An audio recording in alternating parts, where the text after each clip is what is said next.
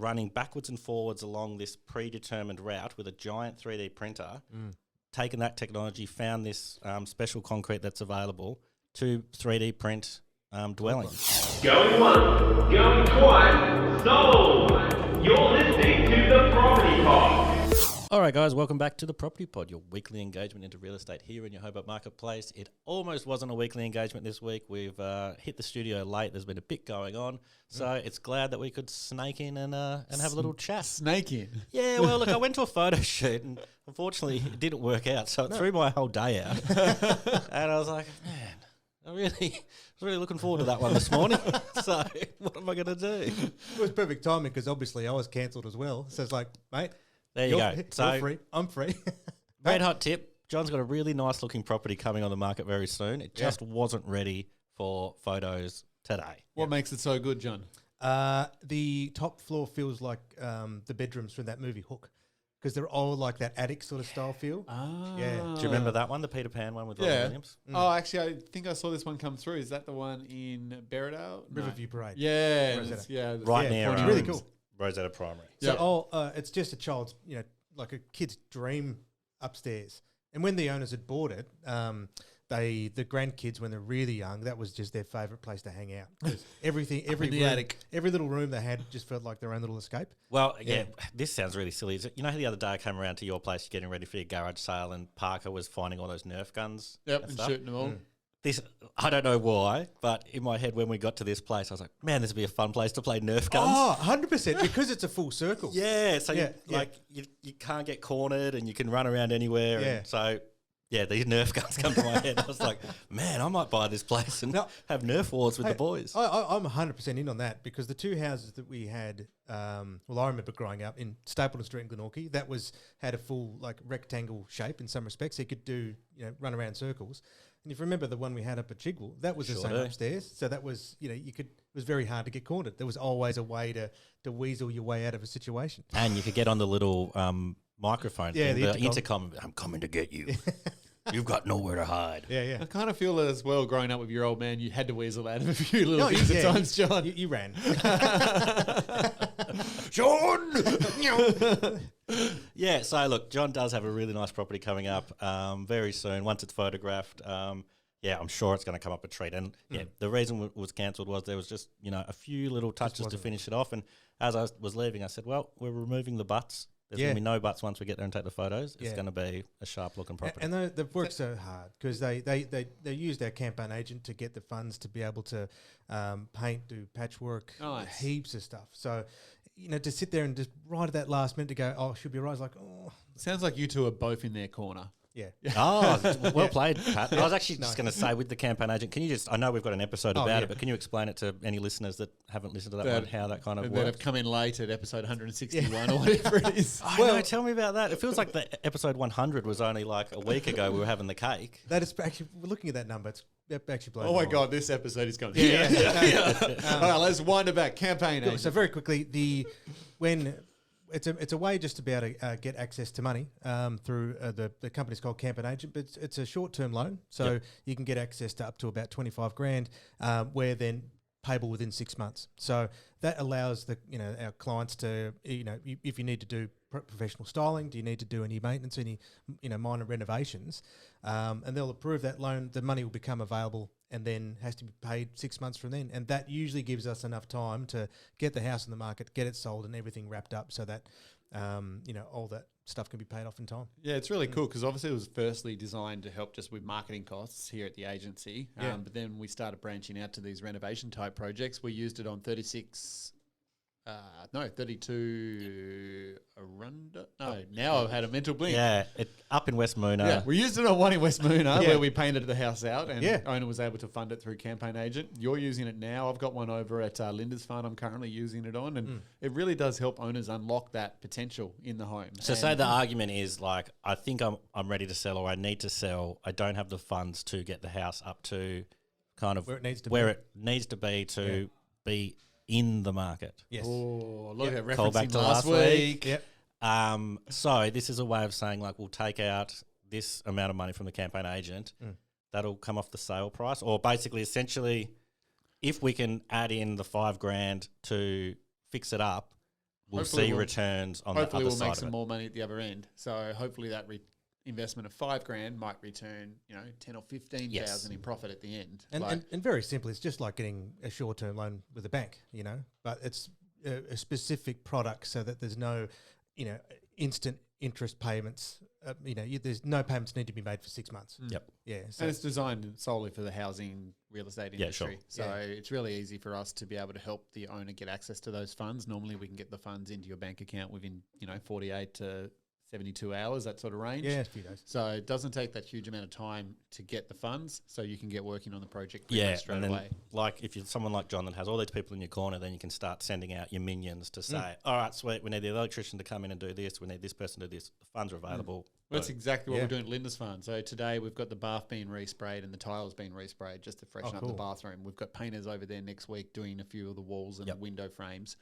Gardener there starts on Monday, I think, as well. And someone's stomach hungry. Yeah, I think that was me. Did that come through the microphone? It did. I heard it too. I thought that was me. I don't know. I just heard it and I looked at my stomach. Admittedly, I haven't had breakfast this morning, mate. It could have been mine. How did it travel all the way up there? And we have a new carpet going in as well. So we've gone right through the 5 different main things that we think are going to help improve this property. So it's no guarantees with anything in real estate, but it's just well presented properties sell. Yeah. And that's what it boils down to. If you can fix, like John always says, the butts, then you Yeah, can well- obviously get a better result. Even just this week, we went and shot this place for Martin up on Brixham Court up in just off Toulouse Street. It's a tidy little place it looked And like. that's exactly what I was going to say. We literally got in, rolled in, took the photos. It was as neat as a button. I had everything turned over by the next day. I literally had, nothing to do in the editing side of things to change anything. Yep. Nothing needed to be moved. Video was out. Everything was done. I was like, if you can get into a neat as a button property, it sells itself. I'd be really keen to see what happens with it. Well, it's interesting that even from your experience from the photographer was easier because it was better presented. And that's exactly how the buyer experiences it. I don't know. Last time you got those sort of feels about a house you bought it, Aaron. Funnily, we were in the property and I heard Martin say, this would be a good one for you and your mates, Bassy. And then later I said, Marty was onto something there. And he said, Marty says that at every property. He's always trying to sell it to me. Oh, very good. All right. Well, none of this was what was planned to talk about today, but it's always good to kind of just, get a bit of real estate banter off our chest. What I did want to cover off on was something I saw about toilets. Yeah. So, Oh, my boy is going to love this episode. yeah, toilets is where it's at. You wouldn't believe, I was just scrolling through the interwebs the other day and I got served this image of, it almost looked like, one of the ice cream machines where the swirly ones come out, the soft serve. Yep. Looked like that, but with concrete. Whoa. And what it was a 3D printed toilet block that's being built in Dubbo in New South Wales. So what it is running backwards and forwards along this predetermined route with a giant 3D printer, taken that technology, found this special concrete that's available to 3D print dwellings. So advantages are quicker construction, I assume? Extremely quick construction. Yep. I think it's 4 days or something like that is how long it took to do this toilet block. But then I'm assuming limitations is size of house because the 3D printer's only so big. So looking into the house thing, there are a few companies in Australia that are doing it and you can have them and they look quite sizable. I'm not sure if it's just done in sections the way that it's done, but yeah, you can have 3-bedroom homes and such. The only thing that it can't print is kind of your window fittings and some of those factors. But yeah, the toilet block's doing the roof and... Yeah, it's interesting. Like the article here says $178,000 cheaper than traditional construction. They must be one fancy toilet block. Well, yeah, I suppose whatever they get, the fittings and the quoting, it's at least with that, it's done quickly. And I mean, what is it? Normally, was it just brick? It's either brick or concrete, regardless. So it's just it's exactly that. But there's click here and go. I guess me thinking I think I'd pay more for this type of product if it meant it was done faster. Absolutely. Well, yeah, so it's really interesting. One of the cons I saw was that kind of it will be putting people out of a job because there's, chippies and tradies and Sorry, stuff like bricklayers. that. That would miss out with this. But yeah, it's saying about $200,000 cheaper than traditional construction, 20% lower cost compared to your traditional bricks and mortar construction. I think where I read something, it was like 8 minutes to set up this machine on site. So basically show up, put the concrete slab down, make sure the CAD drawings are correct. It does like a test run to make sure it's all correct. And then, it's feeding in this concrete, which is meant to be eco-concrete, which has all been looked into. So the other thing they were talking about was this could be a way of solving the housing crisis where you can be making Toilet houses. blocks for everyone. Is that what we're going with? We've got a 1-bedroom toilet block. Cook on the loo. Basically, they're making prison cells right up the street. No. Look further into it, and I can find you the plans, like basically like your spec home builds plans for 3-bedroom, 2-bedroom, 4-bedroom. The possibilities are limitless, basically. No, I'm actually quite intrigued by it. It looks pretty good. It always makes me laugh when people, though, comment, it's going to destroy jobs, this new technology. Because it never really does. It just pivots the jobs into a different direction. Well, so they still need someone to run the machine. You still need someone to create the CAD file. You still need someone to deliver the eco-friendly concrete to the site. Still... Yeah, it's strange how people get so worried about technology changing the way it works. Well, there was in, I think it was one of the old economists where he talked about that has happened throughout history, where the same argument was made with guys that used to, hammer in the pegs on the railroad track. The second that was somehow mechanised, we were like, well, we can't let you do that because we're going to throw all these people out of work. What the technology did, in a sense, was that it enriches people's lives. Not immediately, all those guys suffer, of course, but over time, what happens is now that one specific labour doesn't need to be done, well then, like you said, it then gets rediverted into other channels. Yeah. I always like Coles is a good example. Like when the self-checkout things come out and everyone's stressing about, the traditional checkout person that would, scan your groceries. Yeah. Oh, we're going to lose so many jobs in that industry. But no, they just pivoted them into the online part of the business now, which is packing groceries on behalf of people. Just changed it, yeah. It doesn't make a real difference. It just pivots someone into a slightly different role. Well, So I guess there's always going to be a natural aversion to anything new, but ultimately the potential could only be a good thing as far as I could see. I mean, obviously the biggest challenge is next is what then they have to, when it comes to council approvals and minimum building standards and all that kind of stuff too. So there's so much downline that needs to be fixed and adjusted to in order, for this stuff to be able to be rolled out at scale. But man, it's exciting. As I looked into it, I was like, it's really cool. The New South Wales government have kind of approved this, and it says in this ABC article, which I found, was that they'll be monitoring it closely to look further into how it ages and how it goes. Because I guess like any new technology seems really good on paper until you kind of test it out and find out, is this going to be something that we can do in the future? There was something else about Northern Territory looking into it and whether it would survive in the heat, and apparently it's even better, the eco-friendliness of it all. Think of the bloody insulation qualities of concrete, like the way that absorbs heat. Just amazing. Like our house where we're now living, it's got concrete floor on the bottom level and the top level. Yeah. And the sun just comes in and it soaks up the concrete soaks up that heat all day. Absolutely. Like Abby and I just don't even have the heaters going over night time. The heat just comes naturally out of the floor and you're not cold. Well, that was a friend of mine built a huge house in Ebden Street in Claremont, and both floors were the polished concrete throughout. And I know there's a word for it, but it escapes me. But that Thermomass, is it? Yeah. But same thing, like huge house, but once it's heated up, like that stays that way, especially with the way it's north facing. So it just cakes in and just stays that way for ages. Yeah. It's awesome. I only know about this technology because Sam, our architect friend from school days, he taught me all about thermal mass heating. So why didn't he tell you about 3D printed homes? I don't know. He's afraid he'd be out of a job. No, he'd be even more into a job because that's all the fancy corners and stuff that they want to do and all the bends and I want to put this sleek line in to make this even better. You can. Like it's like a Mr. Squiggle, like that whirly jiggy, whatever it was. Oh, Etch a Sketch. Etch a Sketch, yeah, just Etch a Sketch houses. Essentially, it's the cat of 1930s, the old Etch a Sketch. Thanks, mate. Speaking of old toys, actually, this is a good segue. You've given me an in. Speaking of old toys that people have used, Barbie Mania has hit. Oh, yeah, It's been the Barbenheimer weekend with Barbie and Oppenheimer both coming out at the cinema. I wanted to find a way where we could talk about one of the two massive films at the moment.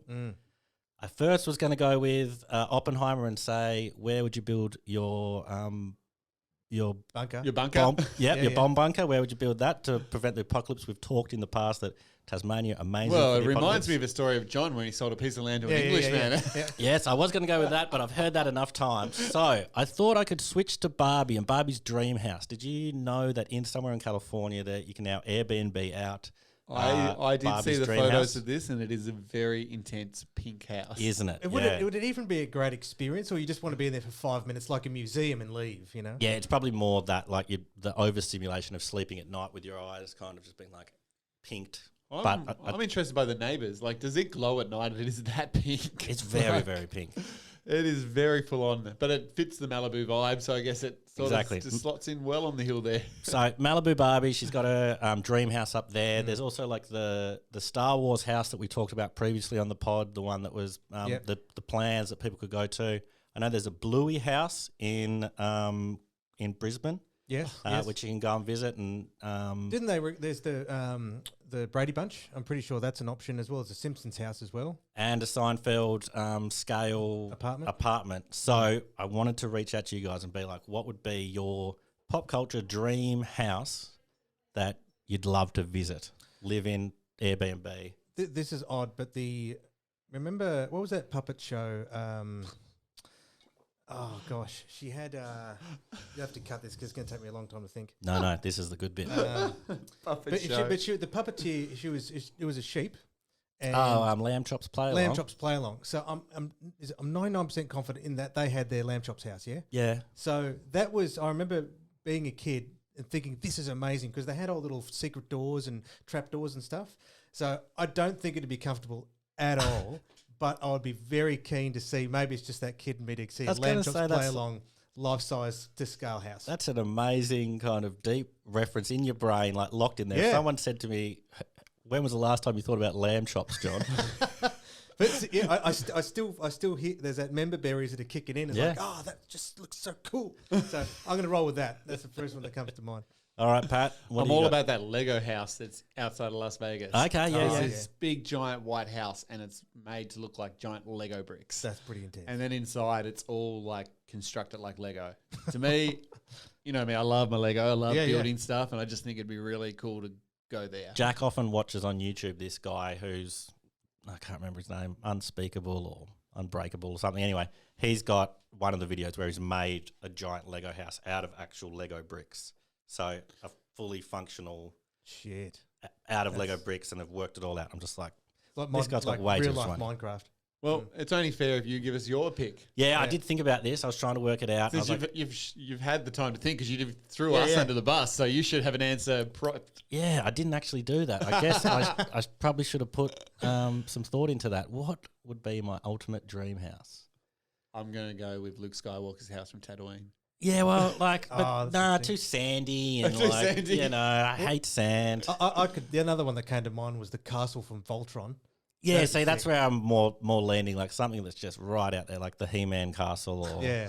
But maybe that's just front of mind. Yeah, that was exactly. Mm. Michael J. Fox's house from Back to the Future. Yeah, we're getting in the right zone. After he's gone back and fixed the time, of course, not when he's poor. When he's come back, Not and when he- he's poor. You know, when he comes back When and he he's comes got back the rich. and he's got the 4-wheel drive and stuff. It's like, oh man, awesome. Well, the one that with the Richie Rich house now, like with all the YouTube videos these days, you can just see all those giant mansions walking through. And man, what do you get to do with 17 bathrooms and bedrooms like those? Like uber mansions. The more Well, I think about them, the more retarded. That's they what are. this guy, this YouTube that he watches, he just fills it with like the ball pit balls. He's like, I filled my whole house with ball pit balls. It's just like, why? Yeah. New York City Sewer, Teenage Yeah, Mutant Ninja all right, Turtles. there you go. There I'm you gonna go. There's my pop culture That's a good reference. one. And you got in order to get the pizza, you got to put the $5 through the pizza grate. Yeah, 33 There's acres of also third. that Yeah, yeah. Harry Potter Airbnb that exists now. See, You've there seen you that go. one? That'd be incredible. That Yeah. one's crazy, and obviously John's a massive Harry Potter fan at the I am moment. now. Yeah. But it's got multiple rooms, and they're all set up in the different houses. Oh, that's and clever. when you arrive, you have to put the hat on to find out which room you're sleeping in. Oh, really? Yep, Oh, the that's- hat that's tells awesome. you which room you're sleeping in. Nancy, if I reckon way more dirty stuff happens in the Slytherin house. Than Not as wholesome, you reckon, in the Airbnb? Hufflepuff, they're just sitting around reading, but in Slytherin, you forget about it. look out. All right, well, that's the property pod for this week. I got nothing else. As I said, I was meant to be at a photo shoot. I just wanted to have a yarn with you, mate. So, good to be back, boys. I could work with that. We'll be back next week with something proper related. Some more Slytherin stories. See ya. You have been listening to The Property Pod, recorded and edited by 414 Media House in conjunction with 414 Property Code. This podcast is general information only, and the thoughts and views expressed is the opinion of our panel, and listeners should always seek then use their own investigation into any topic we discuss to ensure they fully understand their own situation. It does not constitute and should not be relied on as purchasing, selling, financial or investment advice or recommendations, express or implied, and it should not be used as an invitation to take up any agent or investment services. No investment decision or activity should be undertaken on the basis of this information without first seeking qualified and professional advice.